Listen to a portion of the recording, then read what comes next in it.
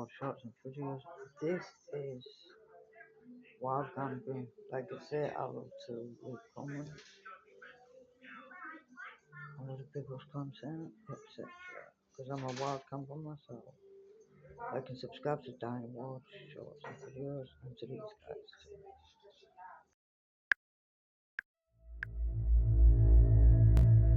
Crazy Queddy is a YouTuber from Nebraska with a deep love for the outdoors. His channel revolves around truck camping, and his videos have a way of making you want to drop everything and head somewhere remote. He's filmed in storms, bitter cold, and conditions most people would never consider sleeping in. His audience loves him for it. But this time, he decided to try something a little different. Instead of the open wilderness, he'd be spending the night inside an abandoned farmhouse, alone, somewhere out in the Nebraska countryside. Well, welcome back. That was creepy. So we're on another adventure, and tonight we are out at an abandoned house, and this is out in the country. It's been abandoned for a while, as you can see. The sun's just starting to go down. Probably got an hour of light left. There's a couple other buildings out here that are falling over. One there too. Check that out. There's an old windmill tower. Look at that, guys. I was kind of hoping to stay on a covered porch, but the one in front looks like it's collapsed. Front. Oh, there's a door there. He took a walk around the outside first, getting a feel for the place before committing to going in. What he found wasn't exactly welcoming. The structure had been left to decay for decades. A collapsed porch, crumbling out buildings, an old windmill frame standing crooked against the sky. Eventually, curiosity won out and he stepped inside. Do I pack through this junk? Oh. It goes down to the basement or it goes up. This house was built in like 1925, and it hasn't been occupied since sometime in the 1980s. So it's been empty, I think, as long as I've been alive. We're roughly there.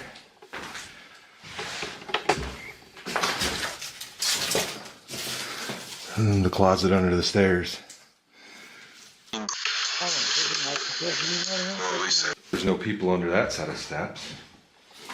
Little elevated closet there, it looks like. What is that? An old Christmas decoration.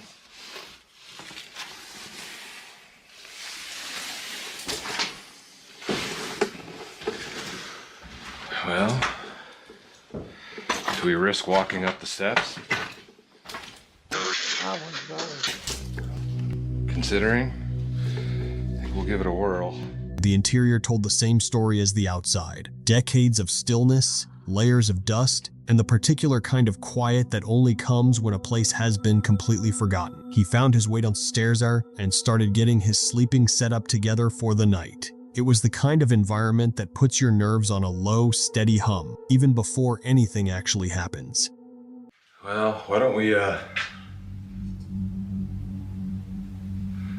I'm already hearing things. Why don't we crack a drink open? I got a twisted tea, half and half.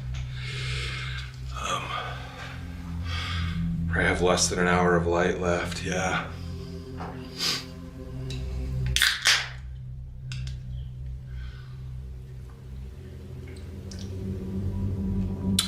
Courage in a can, I guess. I don't know what I'm doing here. Oh, man. Yeah, I'm already hearing things. Birds. I would be probably nervous all night. Yeah. Then the light ran out, and that's when things stopped feeling quiet. Something was moving upstairs. Before I became a dad, I realized I can't just keep ignoring my pension because it wasn't just my future anymore. Like most people, I had a bunch of pensions scattered from old. Moving upstairs. There's something up there.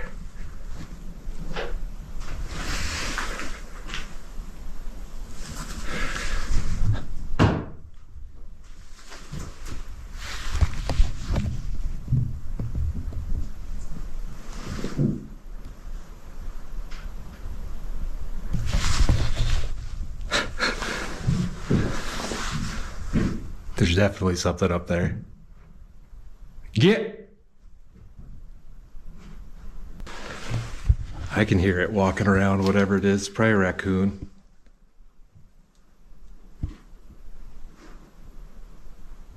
There's definitely something upstairs right now. I haven't even cooked dinner yet, and once I do dinner, I'll have to bag that up.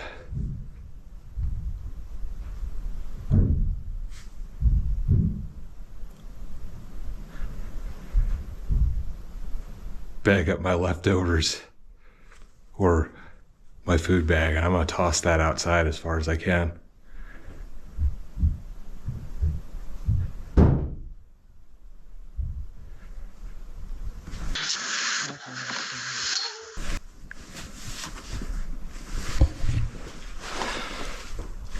Got our bear spray.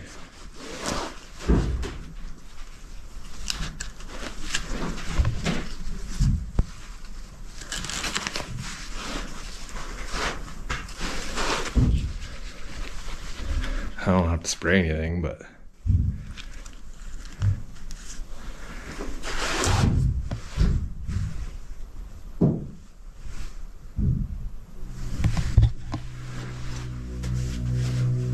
he could hear it clearly. Footsteps, or something close enough to footsteps that the distinction didn't much matter. Whatever was up there was moving around, slow and deliberate, directly above him. He grabbed his bear spray and stayed put, listening. The rational explanation was a raccoon. Maybe it was. But in a house like that, in the dark, rational explanations only go so far. A little while later, he spotted a mouse nearby, small enough that it couldn't have produced the sounds he'd heard from upstairs, which either means something else was up there. What do you think was actually moving around up there? Drop your theory in the comments.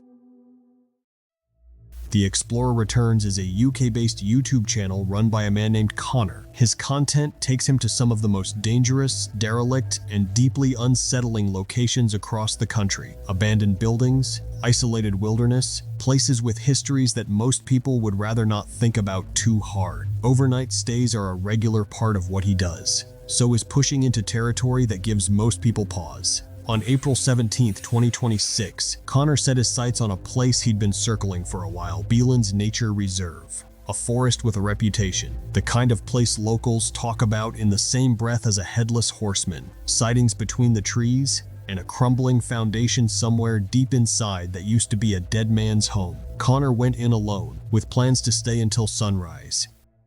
Now, as promised, this is a video that I was going to do for a while. I'm going to be spending the night here alone. Weather's looking pretty bad. I think it's going to rain. It's 60% chance. Now, behind me, obviously, as I just mentioned, is the Beelands Nature Reserve, supposedly a haunted forest. The main spirit that apparently haunts this forest is a headless horseman. The story is that a man, well, actually, there's two locations across this town where the headless horseman is sighted, where he was killed by a moving train while riding his horse, and where he used to live. Now, they say somewhere in the Beelands, now this place is miles long. Some people say that somewhere in the trees behind me, the man's house remains, or whatever remains of it from many years ago. I think it's the foundation. I don't think there's roof. They say his house is in there somewhere. I've never seen it. I've never seen pictures of it, but they do say it's in here. And they've heard and seen, apparently he's been seen in here. I mean, you know, I'm not sure about that, but apparently this place is haunted. Now, I can't deny that this place is creepy. I've been coming here since I was very young, and there have been some weird things go on around there. But the main reason of this video is that we are here today to go and camp the night there alone until tomorrow morning. The sun is setting in the next half an hour. I've got half an hour to get in there, set up, and we're going to go from there. All right, it's getting dark really quick, everybody. I need to hurry up, otherwise I'm going to be pitching up tent in the dark. The sun is literally setting in the next 10 minutes. It's very peaceful out here. I'm now fully set up with the tent. I've not seen a single person. All I can hear is birds, trains in the distance.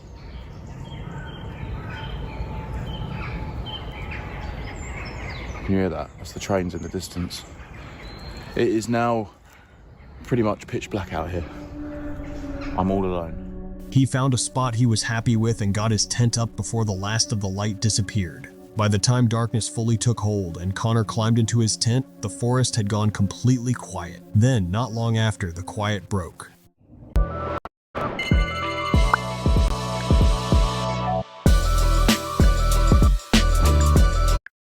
Then, not long after, the quiet broke.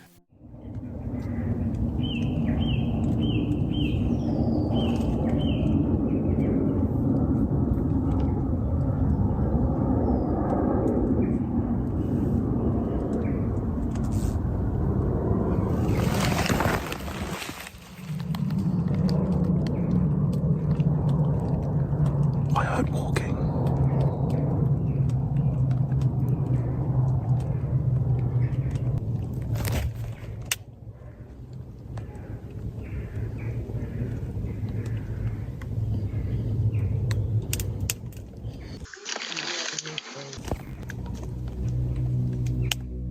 He heard footsteps just outside the tent. Whatever was out there wasn't passing through. It was moving around the campsite, slowly, deliberately, staying just beyond the reach of the light. Connor hadn't seen a single person since entering the forest. Yet here, in the middle of the night, something was right outside the nylon wall, separating him from the dark. Then a voice cut through the trees, shouting, distant but unmistakably human. Connor went still and waited. Minutes passed. Whatever was out there didn't move on, it stayed.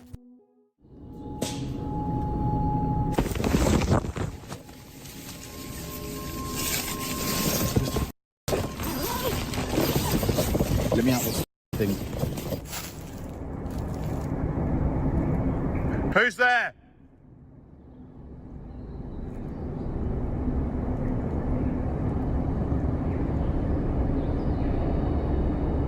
Stay the away from me.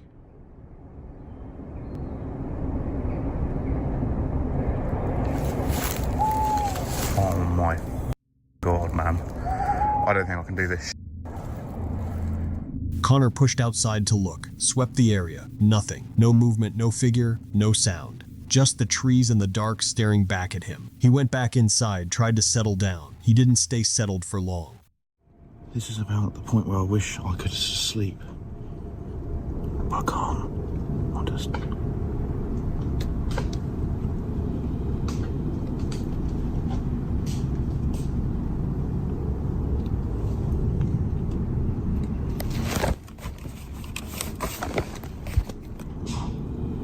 Oh my God. Did you hear? Did you fucking... I am getting really close to phoning people to come and rescue me because I just think this is... What is going on out there? This is straight up worse than any about... This is... I hear dogs. This is straight up worse than any abandoned building I've ever done. Oh my.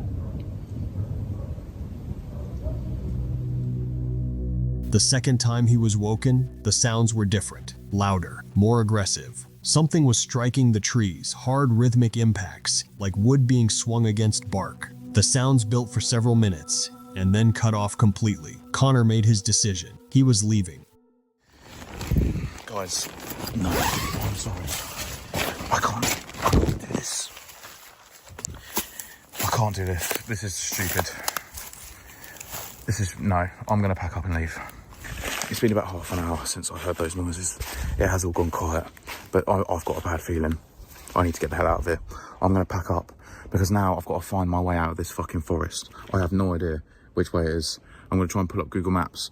I'm going to try and work my way out of here. I'm going to pack all my stuff. I'm going to get the hell out of here. I tried. I stayed here for 6 hours. And even after all that shit, I didn't run. I was very close to just leaving all my shit here and just grabbing my car keys and just going, leaving it all here. Because I generally thought that there was someone here. I can't do it. I'm just sitting in that tent overthinking.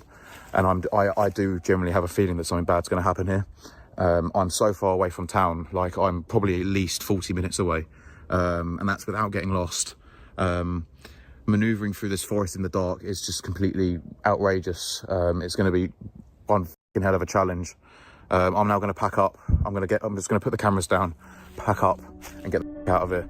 He was already packing when he saw it, a flashlight, moving between the trees in the distance. A single beam of light, cutting through the dark. There was no explaining it away. Someone was out there. Someone had been out there the whole time. There's someone over there with a torch. Guys, there's someone. Shh. Connor got out. He moved through the forest without being seen by whoever was carrying that light, and he made it back to his car. Physically, he was fine, but the experience he left with wasn't easy to set aside. The most frightening encounters in remote places aren't always the remote you can't explain. Sometimes they're the ones you almost can. Whoever was out there chose every single time to stay hidden. That's not an accident. That's a choice. And the thought of what might have happened had Connor stayed until morning, had he not trusted the feeling that something was wrong, is where this story gets genuinely difficult to sit with. He made it out, but only because he listened to that feeling early enough to act on it. The Paranormal Chambers is a YouTube channel run by a couple with a shared interest in places that carry dark histories. Abandoned buildings, haunted locations, sites where something unsettling is said to linger. In this episode, they're heading to Cannock Chase, a forest in the English Midlands that holds a strange dual identity. On the surface, it's a quiet, sprawling woodland, but among paranormal enthusiasts, it has a reputation that goes back decades. Reported sightings of black-eyed children, mysterious creatures spotted between the trees, and ghostly figures believed to be soldiers from the First and Second World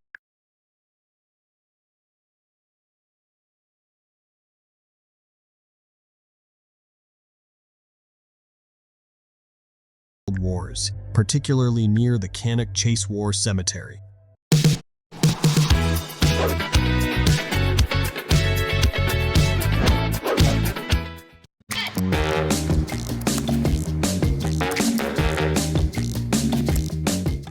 Cemetery.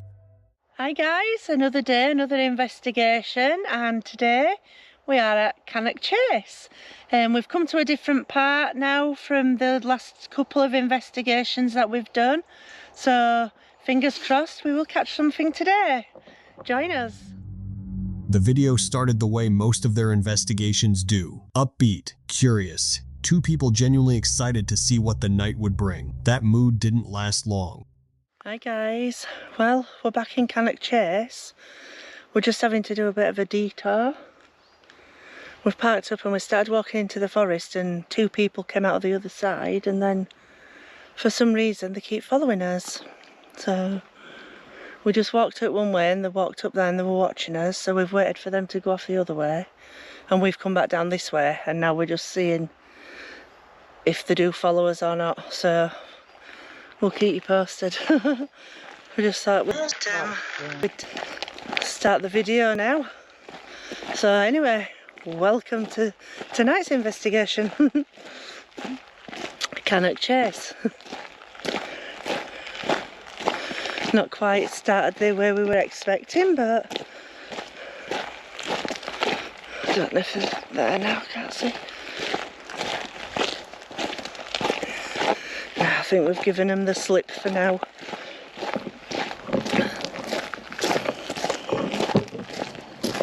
Oh. Turn that off. Lots of weirdos around this place, I tell you. Yeah.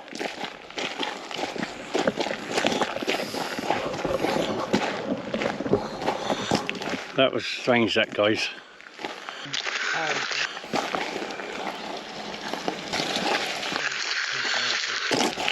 That was strange, that was.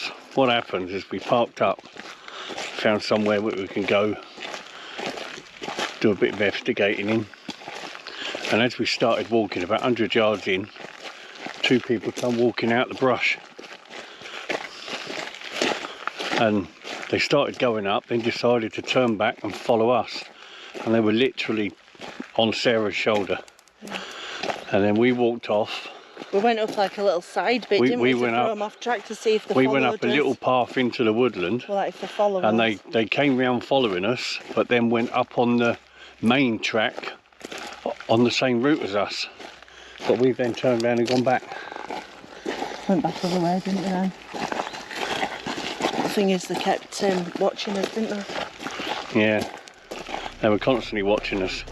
We just wondered whether it's because of the equipment we're carrying. Maybe they wanted it. That's anything, isn't it? Shortly after entering the forest, something felt wrong. Two figures emerged from the tree line and began moving in the same direction as the couple. At first, it could have been a coincidence, but the figures kept pace, kept watching. When the couple changed direction to test them, the figures changed direction too. They stayed close enough to be unsettling, far enough to maintain distance. It became clear this wasn't a coincidence. Someone was following them deliberately and staying just out of reach. All right again. Right, here's another update. We are still being followed. We just seen them walking down the track behind us. They're probably about 200 yards up from the track. I don't know whether you can make that out, but there's the track up there, and they're just up around that corner. One of them just popped his head round the corner. So we're just stopped dead at the moment, just see what's happening, but it's looking like they are following us. Looked behind there, aren't they? Because yeah, they're just round that bend. when you looked and noticed them and they'd seen that they'd been seen, they like moved that way, didn't they, behind the bushes? Yeah. What do you reckon? Should we just sort of duck in somewhere? And... What about up here? Should we try to go up there then? Yeah, come on. We'll sort of track what we're going to do, back. guys, we're going to go up here. Look, there's a little side track. I say if we track back and see if we can end up coming behind them. I'm just going to see if there's any... Can't see Can you hear him? You hear him talking? Can you hear that? whistle. No, we don't really want to put the lights on, do we? You hear it? Turn camera that way so we can try and see on camera.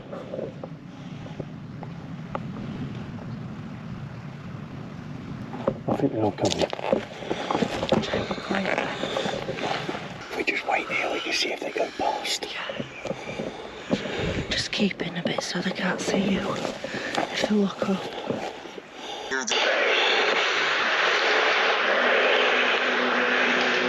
They waited and waited, watching the path, but no one came past. Whoever had been following them seemed to realize the trap and pulled back entirely. The couple took a different route out and made it to safety without any direct confrontation. What those two figures wanted, whether it was the equipment they were carrying, something else entirely, or something harder to explain, was never answered. What the footage does show, clearly and without ambiguity, is two people being tracked through a remote forest by strangers who knew how to stay just out of sight. Whether that's more frightening than anything paranormal is a question worth sitting with. Places like Cannock Chase draw people for all kinds of reasons, not all of them good. Going in without awareness, without preparation, and without some form of protection is a risk that has nothing to do with ghosts. That day, the couple got out safely, but it could have gone very differently.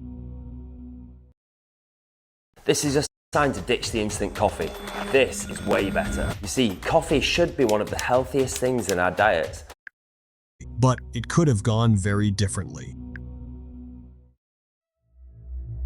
Madison is the creator behind a channel that carries her name, a place where she documents solo camping trips, off-grid cabin builds, and life lived close to the wilderness. Her content isn't about drama or manufactured tension. It's quiet, genuine, and rooted in a real love for remote places. On September 12, 2023, she headed out alone into the mountains of British Columbia. Dense forest, harsh terrain, no one around for miles. Just Madison, her dog, and the kind of deep wilderness that doesn't care how experienced you are. After working her way through the mountain trails, she found a spot she was happy with and made camp.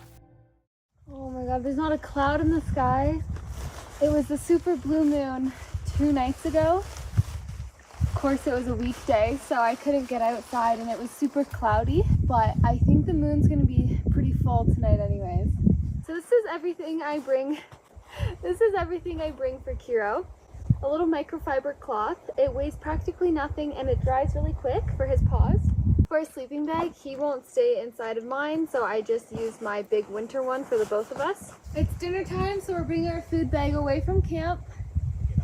We're gonna go eat somewhere we can hang it. Around. There you go. It's kind of windy, so hopefully you can hear me, but I have this little stasher bag It's just a half-size sandwich one. And I dehydrated some chili in it that I made at home. And I was going to pour some hot water in it and just let it sit for a few minutes and then put it with some wraps. But I think I'm going to save that for tomorrow. Once the tent was up, she did something experienced backcountry campers learn early. She took her food well away from the campsite before eating, not just a few feet, far enough that any scent wouldn't linger near where she planned to sleep. After finishing her meal, she and her dog climbed higher up the mountain to look around. And when she turned back to check on the campsite from a distance, something stopped her cold. You guys, I see a bear. I'm not kidding. Oh my god. It looks brown. You can see it running.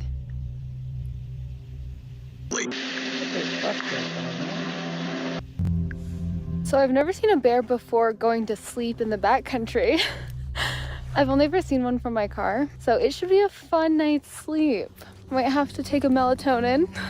But our food is away from our tent. That's why we ate away from our tent.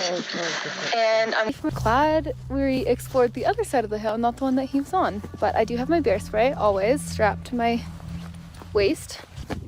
First bear sighting while I'm in a tent. There was a bear right beside her tent. What Madison didn't fully realize in that moment was how close she may have come to something far worse. If she had stayed near the tent while eating, if the food smell had been concentrated around her sleeping area, that bear would have had every reason to move toward her directly. By carrying the food away before eating, she had unknowingly removed the thing most likely to draw the animal in. That one habit, practiced almost automatically, may have been the thing that kept the encounter at a safe distance.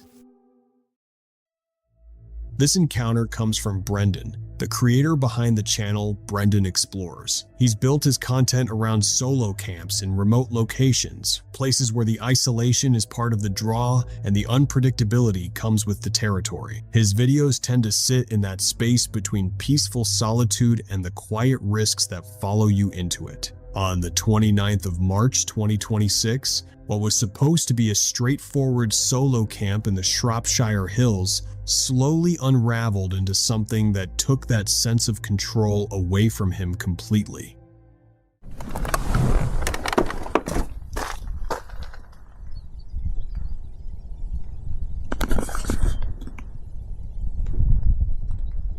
If it wasn't for the birdsong, it would be dead quiet.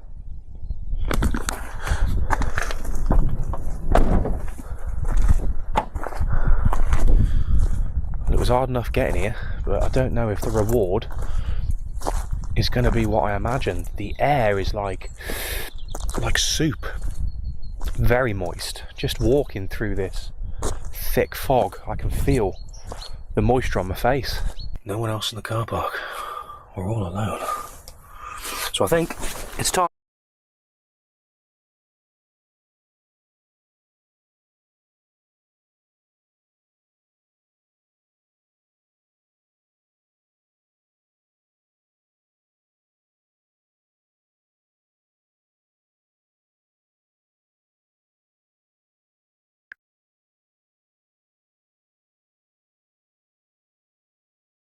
This thick fog, I can feel the moisture on my face. No one else in the car park. We're all alone. So I think it's time. Let's get the curtains closed. I've got my coat on because it's so blooming cold in here. And I hope I'm going to be warm enough in that bed tonight. I do hope. It's, yeah, colder up in the hills. I think it's about 8 degrees in Shrewsbury. It's got to be touching 4 degrees here at the moment. As soon as the sun goes, as soon as the light goes, temperatures just drop drastically.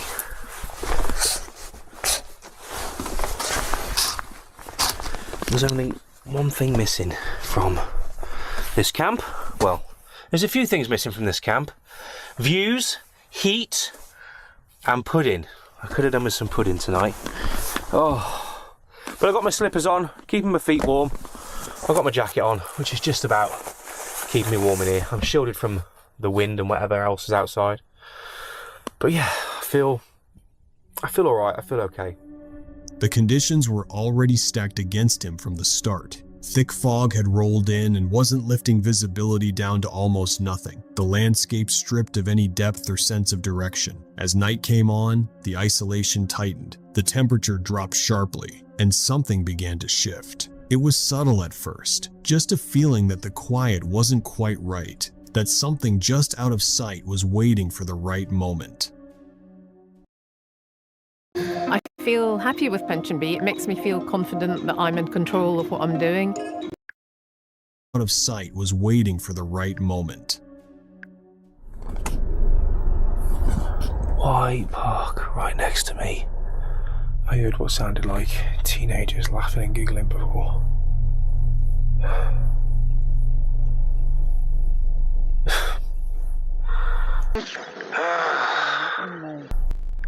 was just about to get into bed. Flipping rave at Barry Ditches. Oh my god. I'm going to give it 10 minutes and hopefully they're just smoking whatever and then just going to pee off. Thank God for that. They've gone. Oh, that was just going to turn an already bad night into an even worse night. The only thing that's been good tonight is the dinner. Bar the pudding. But yeah, we're all alone now. I am so ready to get into this bed. I'm freezing, I'm cold, I'm a little bit hungry. I could have done with a pudding. And I'm tired. Right, let's get this bed set up.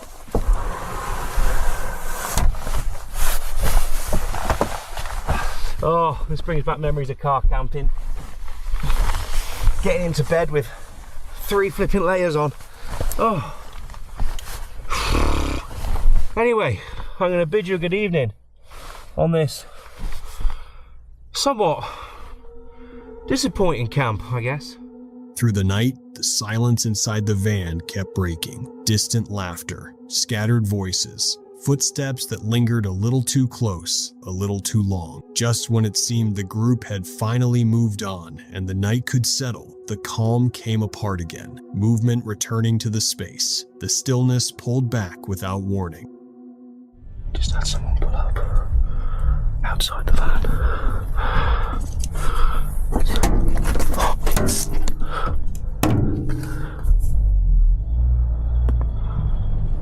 the f was that? Where's the light?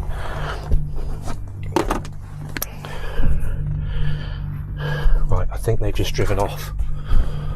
Where the hell are my keys? Right, flipping midnight.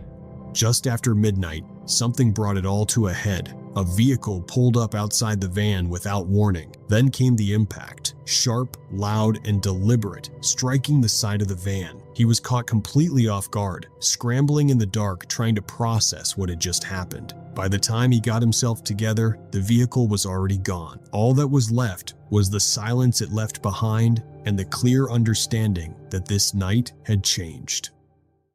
Oh my god. Have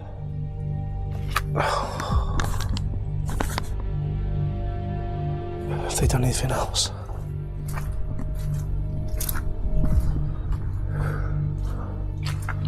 Just pelted eggs at the side of the van. This is one of those moments where I would just put the camera down and go home. I swear, when they first arrived, I'm pretty sure it's the same people that came back. Right, well away from Barry Ditches now. I've made a decision. I'm going home. I've had a night, to say the least. So yeah, I'm not going to be fine with the markup tonight. It appeared to be the same group from earlier, back again, this time with a purpose. The isolation that had made this spot appealing in the first place had quietly become the thing working against him. No one nearby, no way to know what came next. Staying wasn't a realistic option anymore. There was no confrontation, no waiting it out. Just a quick decision and a fast exit, putting distance between himself and a situation that had stopped being predictable. What this night shows is something that gets overlooked. A location chosen for its solitude becomes a liability the moment something goes wrong. Out there alone, there's no nearby help, no one to call on, Just you, the dark, and whatever is unfolding around you. These situations rarely announce themselves clearly. It usually starts sound small, a sound that doesn't it, movement that has no obvious source, a feeling that something has shifted, and by the time it registers fully, the situation has already moved past the point of comfort.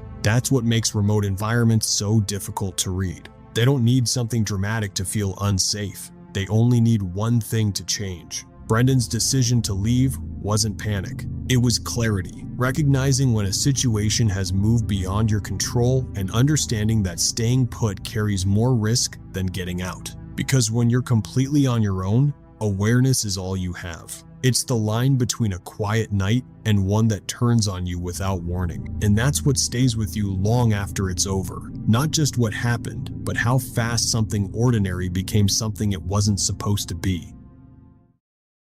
And that's it for this one. Every clip tonight is a reminder that strange things don't always wait in haunted places. Sometimes they show up when you least expect them. If you enjoyed the video, consider subscribing. It really helps the channel, and there's a lot coming. And if you more your own theory about any of these encounters, leave it in the comments. All right, take care of yourselves, and maybe don't wander too far into the woods alone. I'll see you in the next one. This $10 pen what $1,000 worth of creams couldn't, because this yellow crust is why your nail fungus. Oh, dude. Oh, I'm on the other side of the restriction, but I'm stuck. Holy, we just barely. I pick and pull this pinch because I can't move my hands back. I don't know if I can fit through here.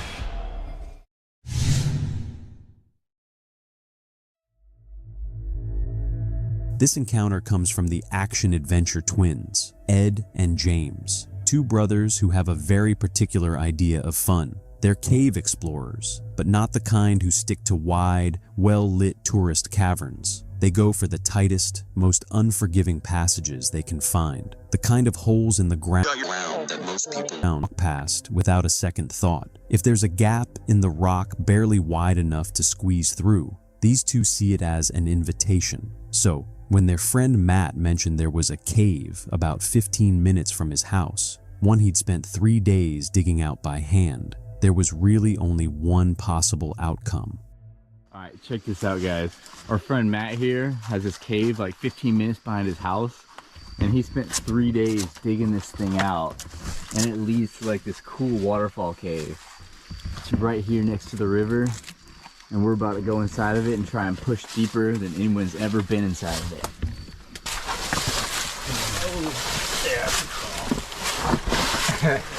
Oh, yeah. I don't even know. You got it. I was skinnier then. I was so skinny. It's so good. They went in. From the very start, the entrance made its intentions clear. A narrow opening, hand dug by Matt himself, just wide enough to get a body through. Past that, the cave opened up enough to move around, briefly, because it wasn't long before they hit water, a flowing section, cutting right through their path. Caving is already a sport with a long list of ways things can go wrong. Add moving water, and that list gets significantly longer. Here's the water. Right below us. Oh, we gotta get down to it. Oh, that's crystal clear. Yeah. Oh! Dude, you need help? Yeah, just that. Dude, this place is unstable. Yeah. It's just mud. Wet rock is unforgiving. One of them learned that quickly when he slipped and nearly went down hard. His reflexes saved him. They kept moving, but deeper in, the passage closed in again, this time with water running straight through it. To get to the other side, someone had to crawl through a flooded body width restriction. That's when the atmosphere in that cave shifted. This is what was blocking the way. Oh, I got it now.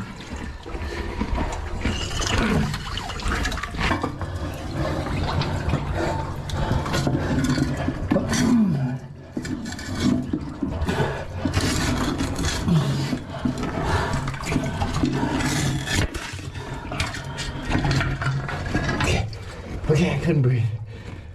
Couldn't breathe. Up with the shovel. Okay, I'm gonna hold my breath and get the shot for y'all. See if there's something over there.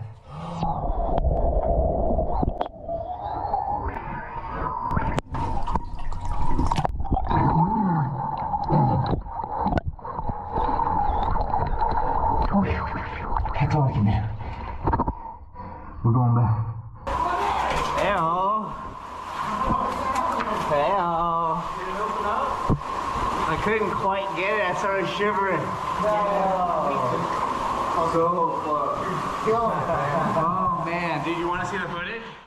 He pushed into the passage and almost immediately ran into trouble. The gravel beneath him was shifting with the current, piling up around his body as he moved. The water began rising around his face. He panicked, backed out, and surfaced shaking. It was a close call. After a short rest, he decided to try again. Any second now, I'm hoping this water's gonna stop. And then maybe we can push through.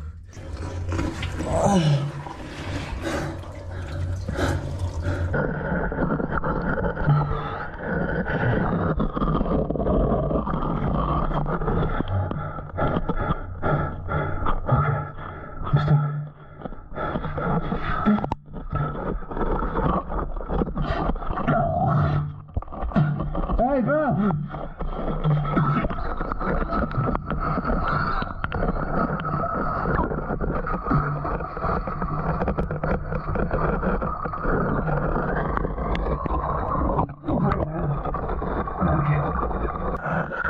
Look, the gravel just actively washes straight back into this thing.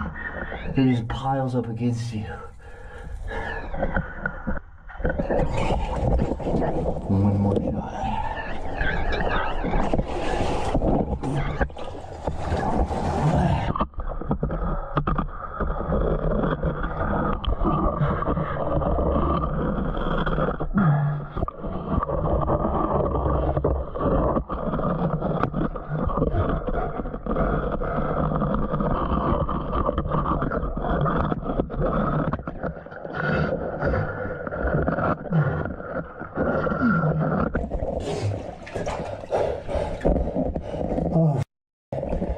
Oh, dude.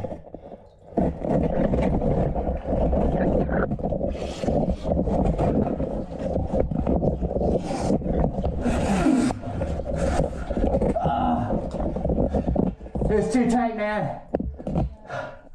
Oh, I'm on the other side of the restriction, but I'm stuck. We have to dig out these rocks.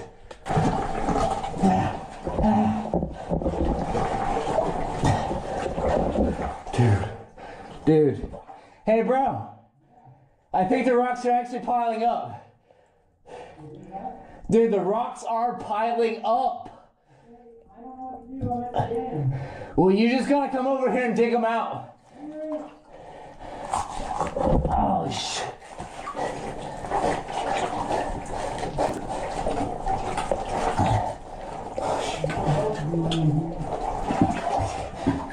Okay. I got this big one that was jamming me. Dude, I made it through.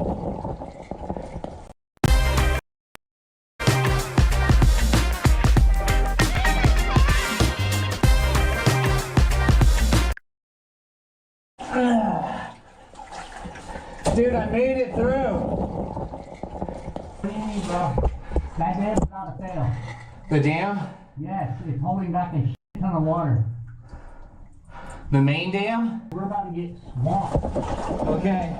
The second attempt was worse. He made it further this time, past the tightest section, to the other side of the restriction, and then he stopped moving. The gravel had built up around him again, locking him in place. He couldn't go forward. He couldn't go back. In every direction, the rock pressed in. There was almost no air gap between the water's surface and the ceiling above his face. That's the moment panic becomes genuinely dangerous, because any sudden movement, any wave, any splash could take away what little breathing room remained. His only option was to break the rocks trapping him one by one and force his body backward through the same passage he'd barely fit through going in. Watching it happen is deeply unsettling.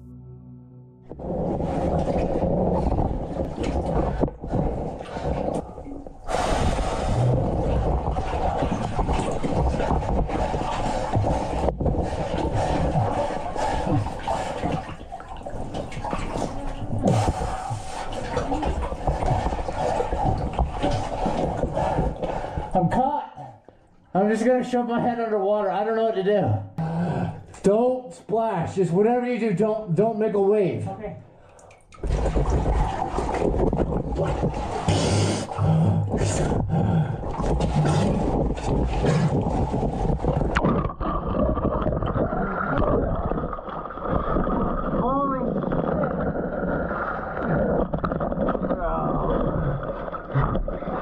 It's not good, dude. That was insane.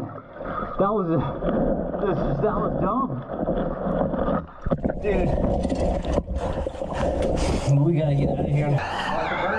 It got serious back there, dude. Dang. Whoa, the dam failed? Eventually, he got through. Both of them made it out.